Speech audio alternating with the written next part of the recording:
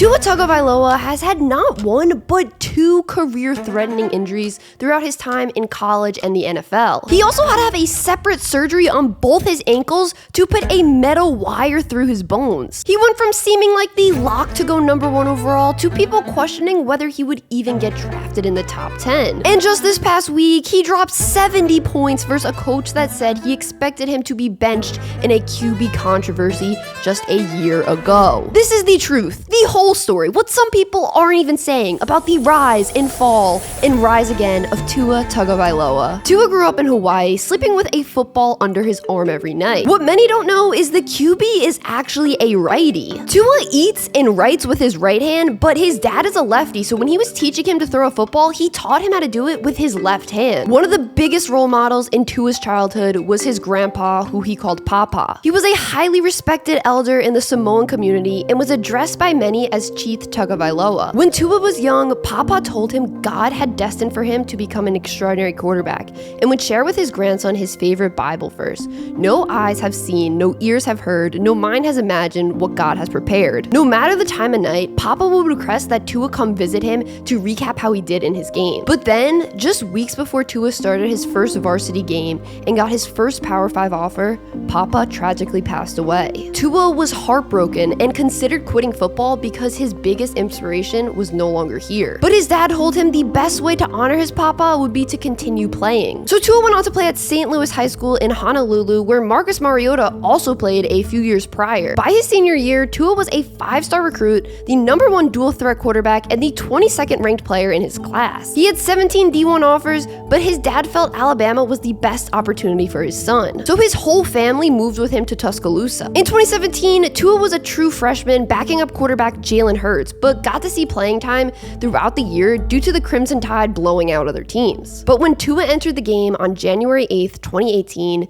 it was anything but a blowout. It was the national championship game, and Alabama was down 13-10 at halftime. Nick Saban decided to pull Hurts from the game due to poor play and put in the true freshman Tua. After throwing 2 touchdowns to get the Crimson Tide back in the game, Tua threw a walk-off touchdown pass to Devontae Smith in overtime to win the game. Tua became Bama's starter his sophomore year and came in second place for the Heisman behind winner Kyler Murray. He completed over 69% of his passes, for 3,900 yards, 43 touchdowns, and just 6 interceptions. In the 4th offensive play of the SEC championship game, Tua suffered a high ankle sprain. After going to the sideline, he came back in, but in the 4th quarter, an offensive lineman stepped on his other foot and he had to be removed from the game. So the original foot that got injured, the high ankle sprain, was the most serious of the 2 injuries. So after the game, Tua went for tightrope surgery, which is where they literally make a hole on your ankle bone and pull a metal wire through it. Immediately after the surgery, Tua started rehab as the college football playoff semifinal was quickly approaching. Just 28 days after suffering the injury and getting surgery, Tua suited up for the college football playoff semifinal game. He played a stellar game, completing 24 of his 27 passes for 318 yards,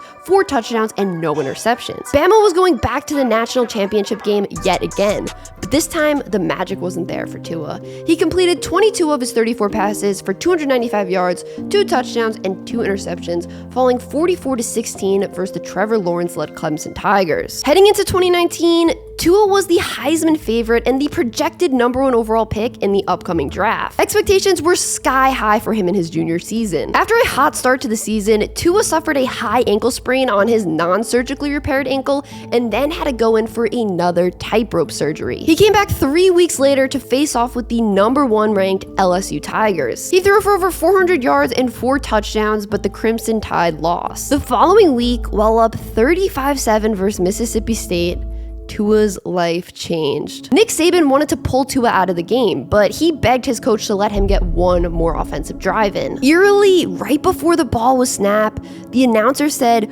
"When will he check out for the afternoon?" in regards to Tua. Then Tua dropped back and rolled out of the pocket to try to extend the play. When he was getting taken down right after releasing the ball, his knee drove into the ground, causing his hip to dislocate and fracture his posterior wall, which I believe is around where like the leg meets the hip, like the ball socket area over there. Again, not a doctor. Tua's helmet also flew off in the process, causing him to have a concussion and a broken, bloody nose. He was airlifted to a local hospital hospital where the staff treated him the same way they do someone who was just in a severe car crash. Less than 48 hours after the injury, Tua underwent surgery in Houston.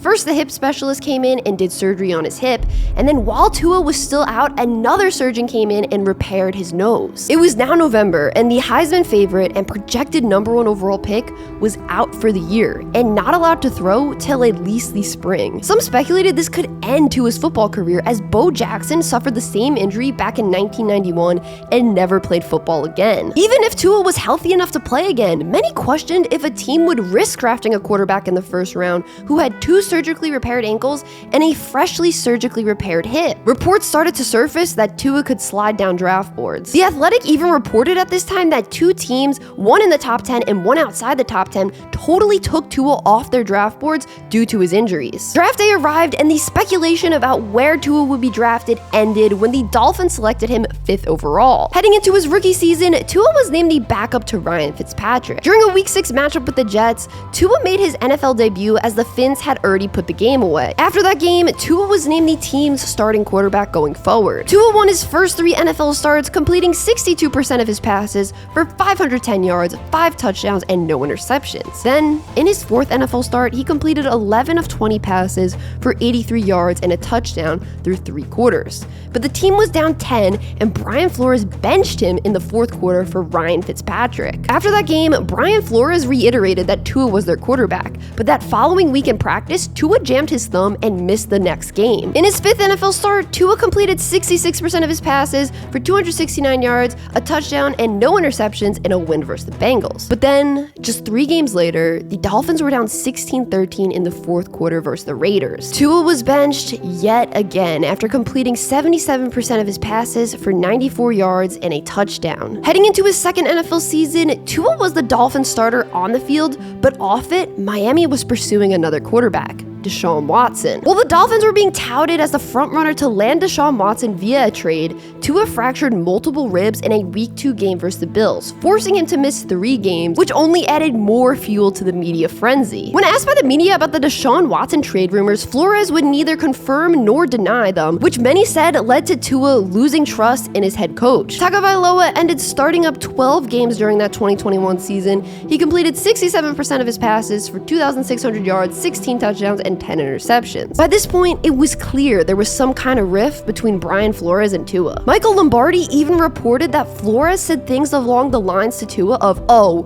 we should have drafted Mac Jones." So at the end of the season, Flores was fired, and the Dolphins owner said this parting of ways happened to improve communication and collaboration. To replace him, a young, nerdy offensive guru for the 49ers was brought in, Mike McDaniel. McDaniel was all in on Tua and let him know that as soon as he was hired. The head coaching change showed positive results immediately for the Dolphins and Tua. Miami got off to a 3-0 start where Tua completed 71% of his passes for 925 yards, 8 touchdowns, and 2 interceptions. But in the 4th game of the year, things took a terrible turn. Tua was a game-time decision to play this Thursday night football game versus the Bengals due to briefly leaving the Bills game after hitting his head hard on the turf. He was allowed to return to that game, but many felt he should have never been allowed to. So in the 2nd quarter of the game versus the Bengals, Tua was sacked and hit the back of his head hard on the turf, just like he had 4 days ago versus the Bills. Tua's body did the fencing response, which can happen after moderate force has been applied to the brainstem. He was stretchered off the field and taken to the hospital. Miami was under a heap of scrutiny for how they managed Tua's health. What most likely is 2 concussions in just a few days is extremely dangerous. Shannon Sharpe said Tua should think long and hard before deciding to return to football. 3 games later, Tua was able to return to action, and the team went on a 5-game win streak. On Christmas Day, the Dolphins played the Packers and lost. Tua threw 3 interceptions in that game,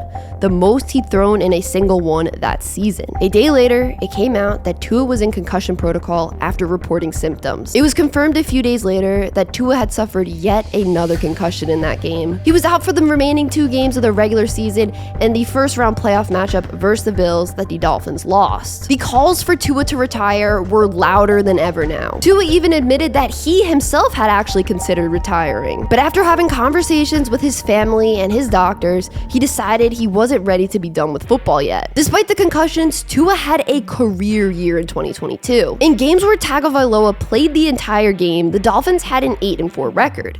Tua completed 64% of his passes for 3,500 yards, 25 touchdowns, and 8 interceptions. He also had the highest touchdown percentage and passer rating in the league. To protect himself when he returned to the gridiron, Tua took up jiu-jitsu in the offseason to learn how to fall more safely. As for this season, we all know this season couldn't have started any better for the Dolphins and Tua. Week 1, he beats Justin Herbert, the quarterback who was drafted one spot behind him and that some say should have actually been taken by the Dolphins instead of Tua. Then they go on the road and beat the Patriots, and of course, the 70-point game. Tua's numbers are absolutely insane so far this year. Through 3 games, he's completed 71% of his passes for 1,204 yards, 8 touchdowns, and just 2 interceptions. He also holds the best passer rating and QBR in the league right now. Less than a year after contemplating retirement, Tua is an MVP candidate on a possible Super Bowl team. Throughout the highs and lows, Tua maintained his positive outlook, and now it's paying off. I also did a video about Baker Mayfield and what he overcame in college and the NFL to possibly get this second chance, so if you want to check that out,